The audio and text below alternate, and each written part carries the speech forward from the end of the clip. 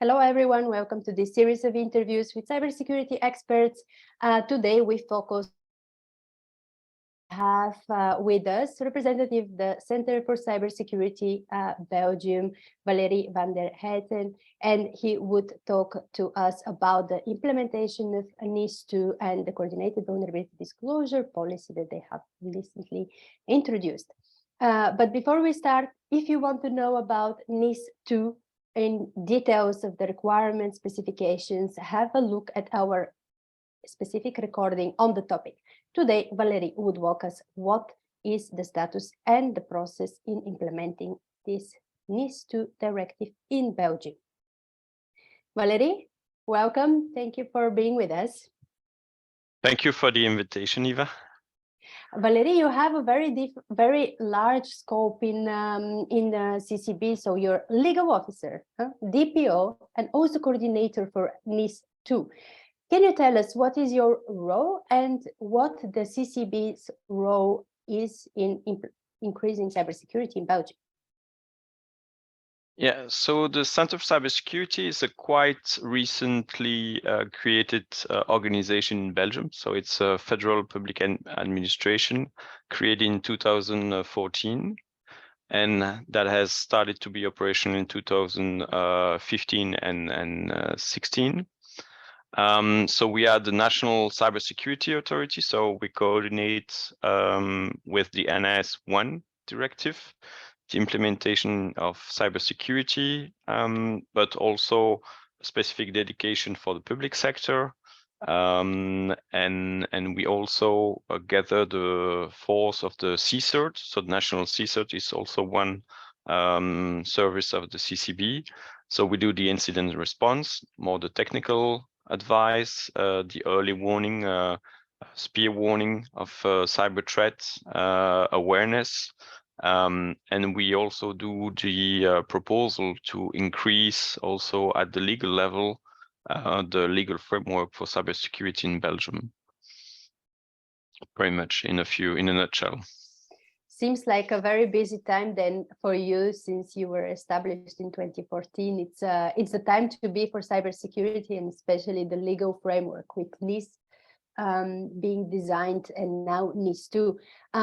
But for those of you that are not legal experts, Network Information Security Directive is, let's say, the revision of the first law that we had in 2016. Now we have entering into force NIS2, it's called, because continuation, at European level in January 2023. That means that now member states have few time for them to transpose this directive, to integrate it in the national law, and then it would be directly applicable to operators, to companies, including medium enterprises in this case. Can you tell us about the status of this implementation, transposition of NIS2 in Belgium, and what are actually the next steps and timeline you have envisaged? Yeah, so as you imagine, Eva, it's actually a long run process, and the transposition of a European directive. It includes a lot of stakeholders at national level. But since we are the National Cybersecurity Authority, we are leading the work of the transposition process. So we already have created several work groups. One of them is gathering the existing sectoral and also NIS1 authority in Belgium. And we work especially on the first draft of new law for NIS, so it would be NIS2 law. Especially we look for efficient mechanism to put in place to ensure the efficiently and manageable supervision of all the entities, taking into account that now the scope is quite wider than what it was before. And we have also other specific questions and discussion specific for the public sector, because this is a new sector with NIS2. It includes a lot of specificities, modalities, and discussion. So that is a dedicated specific work group as well. We have quite an ambitious timing or objective, because we want to try to submit a first proposal to the political level for the summer or after the summer this year.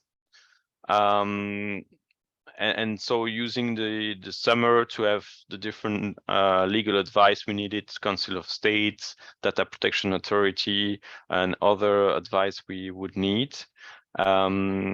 Especially because beginning of next year, it will be the Belgium presidency of the European Union. And there will be also election beginning of next year. So at the political level, it will be quite complicated to bring a new, and especially if there is some, let's say, referees or discussion or political sensibility, it will be more complicated to have it adopted if we wait too much.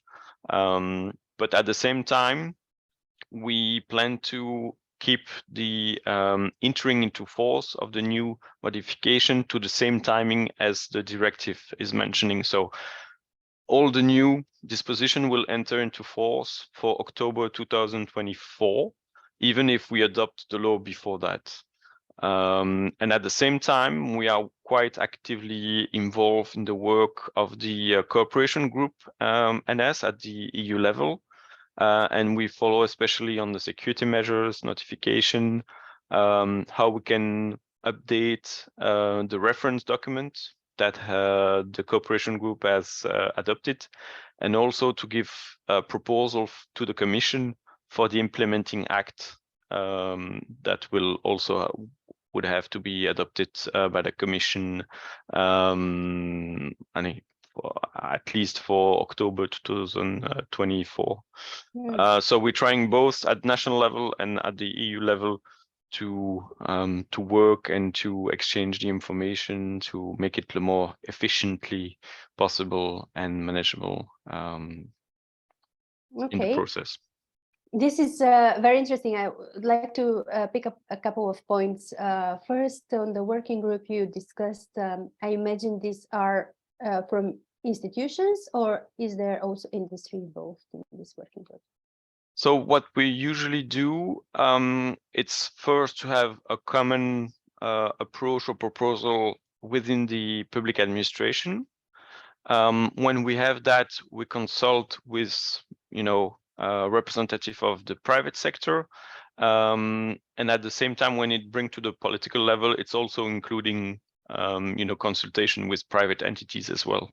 I see. So I don't know if we will do a formal public consultation like it's sometimes the case, but at least we will, for sure, we are in close cooperation with the Belgium Federation of Companies, FAB, and also with Beltuc, with Cyber Coalition. So we try to present them and to exchange with them as much as possible. But as long as it's not an official proposal that is on the political level, it's not public document that we can share. I see. So you discuss, you gather input from discussion. Yeah, we can discuss, we can exchange views, we can exchange ideas, but we cannot exchange the actual proposal text as long as it's not public document, unfortunately. And you mentioned already one of the challenges that the public sector now is included. So that means a lot of homework for each of the institutions themselves to improve their cybersecurity. But are there any specific Belgian conditions or any specificities in Belgium that would require, and you already know, transposition in the national law that is significantly different from the directive? So we like to take into account the fact that we don't want to create distortion of competition for all Belgium organization within the EU internal market. So we don't plan to create more obligation for Belgium organization than what it's already required by the directive. Of course, we will try to find easy way or objective way to make sure the supervision, the compliance of the entities with the security and notification requirements are fulfilled. So one mechanism we are looking, and we already use it with NIS1 transposition, it's to use conformity assessment body, so CAB, to validate every year an internal audit, and every 3 years an external audit of the entities. So they have a regular basis cycles of audit and control supervision, at least the first layer of control. And we want to use what we already developed, not only for the ENS context. We develop a cyber fundamentals framework, so a cybersecurity framework with different level and different requirements, with basic, important, essential. And what we want to use, it's to be able during the control, the supervision, to use this, let's say it's sort of checks of the security measures, which we think would help the entities concerned, because they have easily accessible information of what we expect from them. It doesn't mean if, based on the risk analysis, it doesn't, that's a minimum. It doesn't mean that they are fully compliant if they just follow those requirements, but at least it's giving them the minimum requirements. And they will have to do their own risk analysis to see if they need to go beyond, or if there is specific sectoral obligation that needs also to be taken into account. So we would try to use that mechanism, cybersecurity framework, regular control audits, and also try to make it easy for the companies to do notification process, because when you are within an incident, a crisis, you need to have an easy way to notify the incident. You don't have to spend, hours to know, should I notify or should I not notify, how, and so on. But it's still, point to be confirmed and to be discussed between the authorities and approved at the political level to see what tools we will use. Would it be a recommendation? Would it be mandatory to use the framework? How we would actually manage all this? But I would say, so there would not be really Belgium specific condition, but we will try to help with specific tools, let's say, to control the compliance or the notification process. This reminds me of the NIS1, because Belgium was one of a group of countries in Europe which also introduced this notion of ISO 27001 as a presumption of conformity. So back then you saw, okay, the objective of the directive is to have policy, to have security management into place, and for us ISO 27001 is a tool, what you say, the framework to implement. Do I understand correctly that now we're moving towards something more specific, which is this cyber essential fundamentals framework, which probably is also better adapted to the different maturity levels? Yeah, it will be the our cybersecurity framework. It's quite similar to the requirements of the ISO 27001 requirements, but it also including a mapping with NIST, with syscontrol, with it's wider than just, because it can bring discussion. I use ISO, but I have other. As long as you prove that you have a system that is taking into account the different domains and security objective, that you completely cover all the cybersecurity aspects. It doesn't matter if you have a ISO certification or another certification or another compliance, another framework that you use. But at least for the control, we need to have a common baseline to make sure to control that. So we use in the past a presumption of conformity. One option now, it's maybe not to use that presumption of conformity anymore, but within the control, you ask to follow the cyber security framework, or maybe we can map it that if you have the certification ISO, it would be similar or equivalent. So you would not to avoid to do 2 times the same control, same audit. Or if we don't make let's say mandatory those controls, maybe we will still maintain the presumption of conformity. So that's still to be discussed and to be decided. But one or the other, those are the standards, and those are the let's say the good practices to use. Indeed. So here, the security consultant in me speaking to the SMEs in the audience, it is a good news, actually, because when you have something that is developed by public authorities that is free to use, that you could also get funding and support, especially in Belgium, with different voucher schemes to support you to implement this framework. So this is good news that you would be able to implement also the directive in a clear manner and also get maybe funding from the government to do so. We mentioned NIS1, and we have already few years that we have went through it in Belgium, if not mistaken, just over 3 years. That is effective and applicable to companies. What are the lessons learned? What is your, let's say, content view of the implementation of NIS1, and you would also want to improve in NIS2? Yeah, so we were not the first one to implement the directive. We were actually having a little bit behind in the schedule. But I would say that with the lessons from the implementation, first, the identification procedure of the operators of essential services that was in NIS1 was not an easy process to go through. Because it's include really high analysis on the entities, advice from several authorities. And then it was a heavy process for not much added value, actually.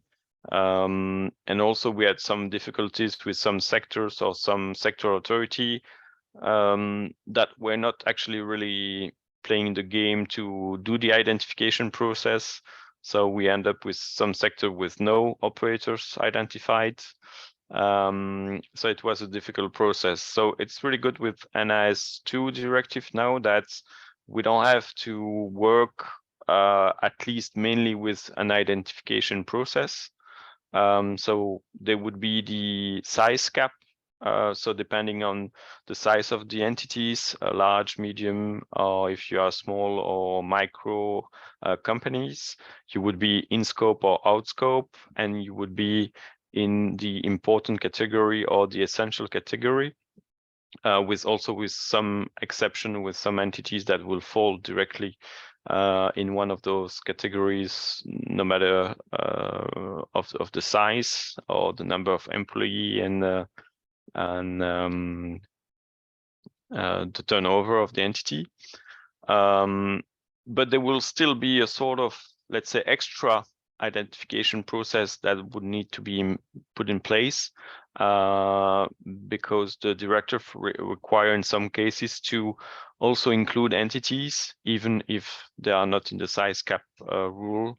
Also to put in, for example, if it's the only provider for the whole country, they should be also put in scope.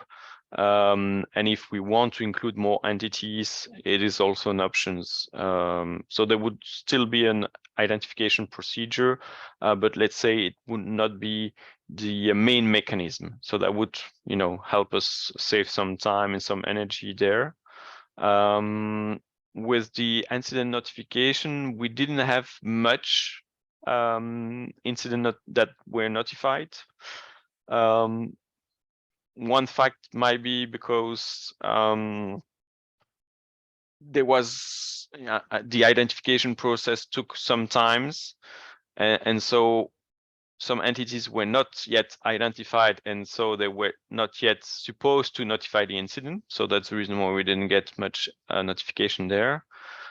Some of them were not sure if they had to notify, and they were not quite controls or supervisions with that obligation. So some of them might probably decide not to notify to avoid being controlled or having things to say, even if actually the notification process is not just a question of compliance, it's also to help the companies during an incident, really with support, with response, also being able to share technical information between entities, between sectors, cross sectors. But there would be probably more necessity to clarify the situation. Even if we didn't, with NIS1, we didn't set a notification threshold. So actually all incidents that were related to the essential service provided was supposed to be notified, even if it was just integrity or compromise situation and there was no disruption of the essential service. We'll see if that could be maintained also with NIS2 to work without any threshold, because it's better to have more information than to filter them and to exchange as much as possible technical informations. Some of them could be just for statistic reason or general, landscape information. Some would be for actual response. But I think it would be, wise to make a threshold that is quite wide. One possibility is to say that all significant incidents are all incidents that are actually connected to the service. That is the reason why the entity is himself in scope of NIS2. So it's pretty much the same as the essential, an incident on the essential service that is provided. But it will depend if some sectors want to have threshold or more specific criteria to use for the notification. That would be also possible. It will depend, to be confirmed. Mm-hmm. Then of course the supervision also, we didn't have much experience there because we implement a system where the entities had some time to develop their own information policy, and then from there they had to do the first internal audit, and then after that, after 3 years, the external audit. So we only now received the first external audit.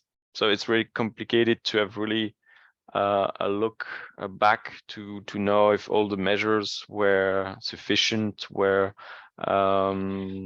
enough. So it's quite a little bit, let's say, early to have that. But now we already have to do the process for NIS2 anyway. So would you have the time to analyze the results? At least you might want to see if most companies were successful or not, and seeing what were the challenges maybe. For sure, it will help us know better the challenges faced by the entities. Maybe convince them that, well, it's not the objective to sanction the entities, but really to help them increase their level of cybersecurity, knowledge, information, because when you are identified or when you are in scope of NIS in Belgium, it also means that us as a public authority, we provide service to the entity. So we help them with our early warning system. So it's a peer warning system. So based on the type of IT system you have, on your IP address, on your domain, we can actually, if we see any interesting information, cyber threat, we can share it directly in live with the entities, and that is quite precious. We had a lot of entities that really thank us, saying, well, it's really helping us what you are doing, and it has helped to prevent a few incidents or few problems. And we try to do that also for non-NIS entities, but our priority will be mainly on NIS entities and critical entities first. So, indeed, I have seen this work, and it also creates, let's say, a legal framework for trust and for collaboration between the CERT, so the authorities, and the entities. It takes time, though, to feel comfortable sharing information, not to be exposed and be sanctioned. But it's very good first that you say this is not the objective, so there might be some extra, let's say, securities for entities, but also something that I'm thinking, would you be able then to expand these services to the new, very much broader scope of NIS2 when we include more sectors and medium-sized companies? Would this service also be provided to them?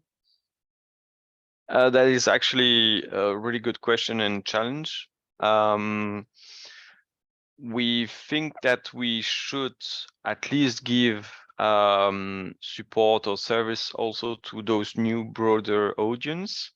But would it be a different service depending on the category, let's say important, essential, or even if you are critical? So if you are covered also by the CER directive, so critical infrastructures, and you are also NIS entities, there you are really a core, pieces. So you need more support than the others. So that's still something to see in the long run, how we can support at the same level and with the same services all the entities, or at least with some proportionality. But for sure we will share. I mean, it's our legal mission to share and to help users or company within cybersecurity awareness, cyber threats, and so on. But of course, we will have to prioritize the entities depending on level of criticality that has been recognized to their activities. Here I see how the industry and the security sector in Belgium could support you, and maybe that's also an area where we could discuss how we could leverage the efforts. But I have two more questions on the NIS1 evolution, NIS2. In NIS1 in Belgium, already you recognize the importance of supply chain before it was European-wide policy. Did it work? What is your assessment? Would it evolve? Would it be improved, this taking of the supply chain consideration in implementing this too?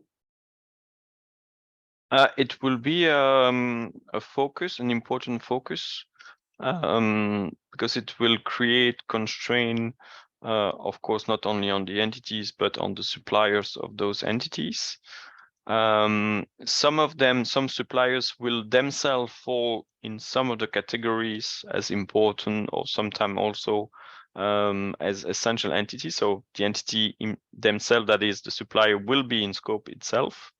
In some cases with NIS1, we also did that. So there was an identification of some suppliers themselves as NIS entities, to really focus on the requirements they would need to have in place. In the other cases, well, it's always a discussion between the entities himself and its suppliers to make sure that contractually and in practice the requirements are met. Sometimes it's a difficult situation because it's big international companies, and it's always sometimes difficult from only just European or Belgium entities to say, well, you have to implement this and this and this. But it's something we discuss also at the EU level within the cooperation group. There is a dedicated work stream on supply chain. And I think we'll try to work as much as possible to create a good understanding of what is expected and to encourage the suppliers to use this framework. And probably our cybersecurity framework, which is quite, you know, ISO-like, NIST-like, and so forth, will be a good, easy understand base for a lot of companies, especially for international companies or global companies. I mean, they are used to use the NIST framework or the ISO framework quite easily, so they could easily map what is expected. And I don't think it would be such you know, a burden or an obstacles for them. But of course, it will be a focus that would need to be really keep a close eye on. We would post in the comment section a link to the cybersecurity framework so that everyone can read and assure for themselves. Good idea. Yes, and I remember in the NIS1 we had very good from the cooperation group guidance of incident notification for back then was digital service providers. Now we don't have this notion. You said you would need to update the document. What kind of a guidance are you working on at the European level? What kind of guidance we can expect? You mentioned supply chain. I assume incident notification would be updated. What else? Yeah, so first, the main document would be the update of the reference document on cybersecurity measures.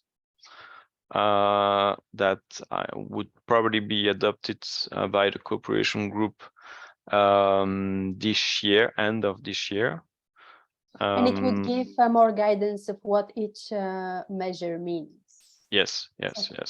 Yeah, no, the directive really mentioned a few key elements in security measures, but not with a lot of explanation or context or scope of what it actually means or how could you comply to those. So it really needs a more practical document to help entities there, but also not, you know, include more element that is in the NIST text. So it's always, we have to stick to the text, but within the text, for example, there is cyber hygiene, there is cybersecurity policies. Well, what that means, well, we could a little bit elaborate on that exactly to know what we think are behind this. And this would be also the base for the implementing act from the Commission.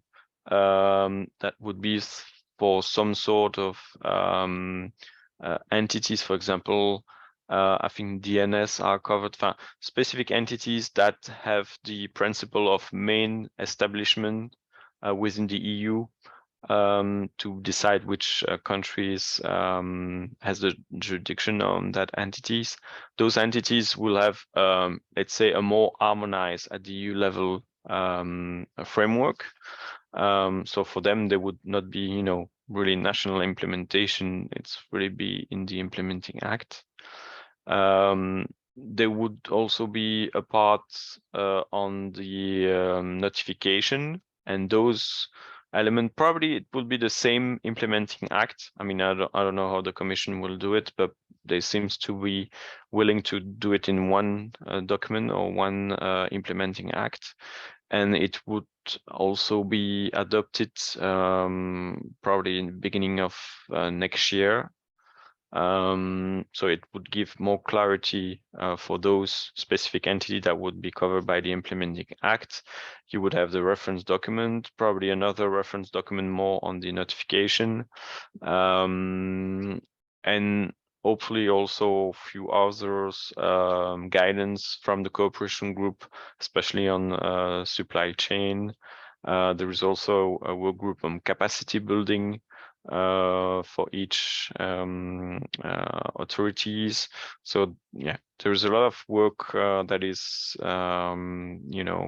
is done at the EU level for the moment, but it's also a struggle for all member states, because we work as much as possible at the EU level, but we need also to start implementing or discussing the national approach for the implementation. So it's really a busy timing now between both, and the objective is to try to have some guidance at the EU level that could be used for each national implementation. But at the same time, the national implementation has already to start the process, otherwise they will be behind. So it's really a race together to try to have as much as cooperation and collaboration in time for the implementing dates and deadline. Okay, indeed. So it's a lot of moving targets, but also it's important to be aligned eventually. So you don't want to have disparity across the EU, and especially with cybersecurity. I think why the directive was eventually very quickly adopted for European terms, it was very prompt adoption. I think it's because we all see the urgency. We always see the urgency to improve our national security, to improve our critical infrastructure security, but also to increase the level of security overall in the economy. And I hope we keep this in mind when we move forward and act more than discuss. And on this, we also mentioned that there's the element of trust. For incident notification, companies still have to feel comfortable notifying their incidents.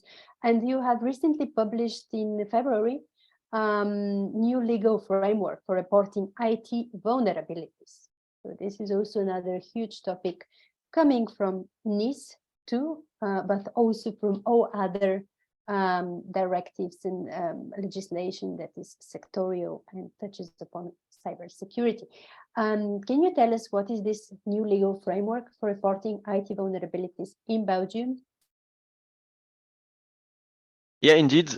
One of the articles of the NIS2 directive, it's actually creating an obligation for each member state to designate one of its national or CSIRTs as a competent authority to receive the IT report of vulnerabilities, to treat it, to do a follow-up on the information exchange, play a role of coordinator between the researcher, the person that reports the vulnerability, and the entity concerned.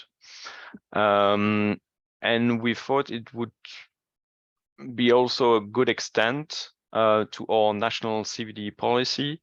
The first step that we did was to adopt guidance, saying that we encourage each organization in Belgium to adopt their own CVD policy. So it's a set of rules that the entity is putting online on its website or other documentation, saying that under a specific framework and under and using a specific channel of communication, the researcher can attempt to access the system to see if there is vulnerabilities, as long as he stays proportionate in his actions. But we note that not a lot of entities has adopted their own CVD policy, and in some cases it doesn't cover all the vulnerabilities that could be found, and it doesn't really encourage all the organization to do it. So another way was really to focus also on the reporter, and saying, well, if a reporter finds a vulnerability, which we know that all systems will have now or in the future vulnerabilities, It's not always, I mean, a violation of legal obligation.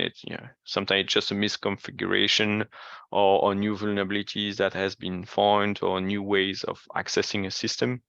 But no, actually, people are afraid to report those because they would be considered as cyber criminal because they try to attempt to access the system or they manage to access the system.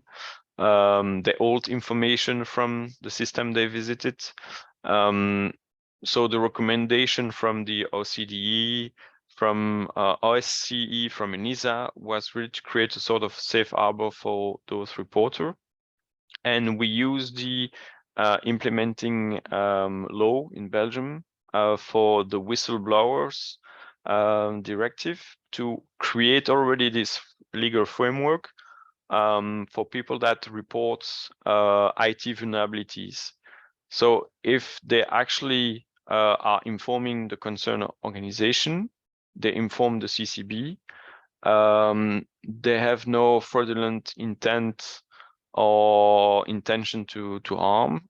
They stay proportionate in their action and only the necessary action are taken. So for example, if you can prove that there is a vulnerability and that you can access to, let's say, a database, there is no need to, download the database, or there is no need to go further in the system.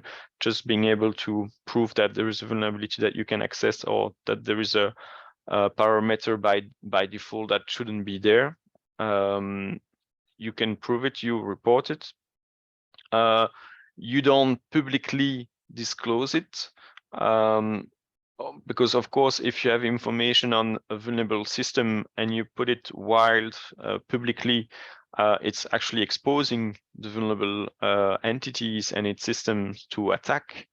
But if there is at a certain stage a public interest to make it public, then the CCB can approve public disclosure. Of course, the reporter could also inform other concerned organizations that have the same vulnerabilities, or they can also report it to another CSIRT within the EU or other country if there are multiple stakeholders. On our side, we will also share the information if we can identify that it's concerning also other countries within the EU, to share the information with them. We would use our spear warning system, early warning system, to inform also our constituents, for them to be able to patch, to fix the vulnerability as soon as possible, or to find mitigation modalities if there is no way to really patch, or there is no patch available. It's really a way to encourage the ecosystem in cybersecurity. So really, if anyone could actually report the vulnerability, it will encourage the entities not just to sit and wait that there is an incident, or there is actually a cyber criminal that is using the vulnerability to do something.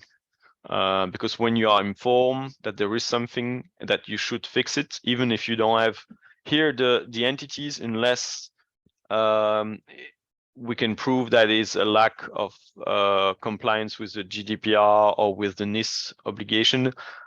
Well, they receive the information, they don't have the obligation to fix it. But if you are informed and you know that there is a vulnerability and you don't do anything, at least your civil liability is engaged if there is damage for somebody else. So it's really important for them to be informed and to encourage them to fix the issues. So before we continue, I want to point to our earlier chat with Krasimir Kotsev on vulnerability management. So there our audience can learn more about how to handle vulnerabilities. But you also mentioned, I think it's pretty clear, the objective for ethical hackers, for security professionals. You now have a legal framework, so you could do your job without the fear of being prosecuted, as long as you follow the rules of the game, do no harm and be proportionate. But what does that mean, this new legal framework for companies, for organizations? You said someone report a vulnerability to me, then it's my civil responsibility to do something about it. What other impact you envisage for companies, organizations? The first thing we with this new framework, we want first to encourage each entity to have their own CVD process. So really to dedicate a specific channel for vulnerabilities within the organization, put it on the website, maybe using the security.text mechanism to easy find the communication channel and person concerned, to allow sufficient resources for that process. Of course, the here the vulnerability reporting is not a magic solution. You need first a vulnerability management process. You need to have regular, control, pen test, and so on. But it can be an extra mile to help the entities. So it's really added value to have it for each organization, even if you are small SMEs. If you don't have all the resources, you can at least create the channel, create the good collaboration, and those ethical hackers or researcher can help you, increase your level of cybersecurity. In some cases, after having received a good vulnerability report and fix an issue, maybe the researcher or another organization could, do a full audit or full pen test of the organization and help the entity grow in its maturity in cybersecurity. So it's really a first step.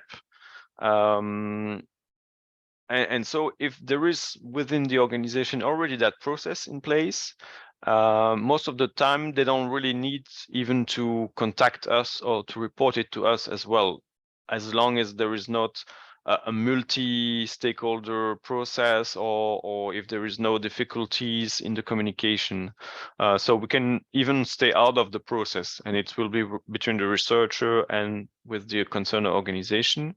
But if this framework isn't working or doesn't exist, it's good that we can be there to first balance the interest of fixing the vulnerabilities, taking into account the interest of the companies, not to be too much exposed, not to let anybody do anything on the network as well.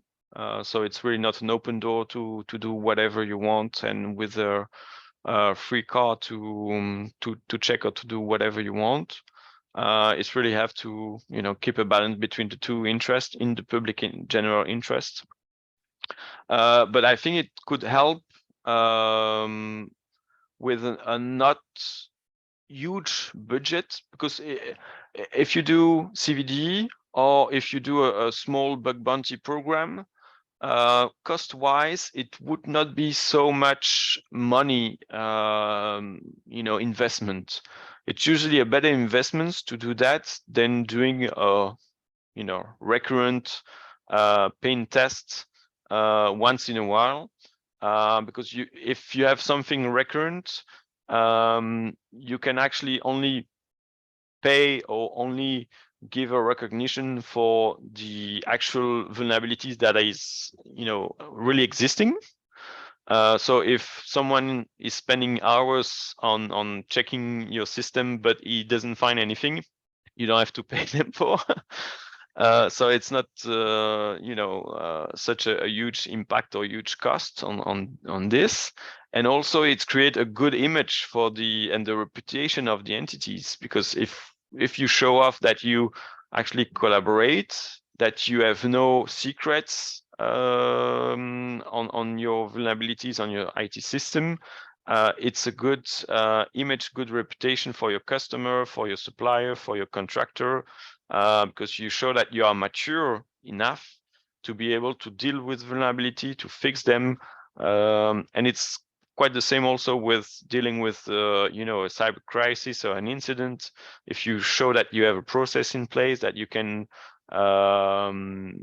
deal with it, it's really good maturity and really a good trust that your partner can have in yourself. So it's really should be increasing the trust and the good practices within companies. At least that's what we hope.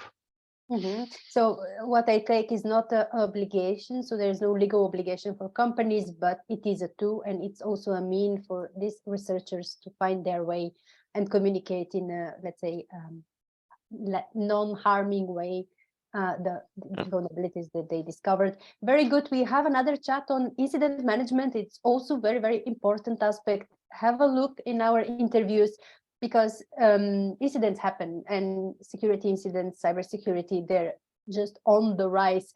It is not about, it is much about preventing, but we cannot always stop all incidents. More important is how we react. And we have discussed with Rasmus, the security research consultant expert, that much of the harm is done not by the attacker, but by the teams mishandling the incident internally. And a recent example is in Denmark with the rail hack.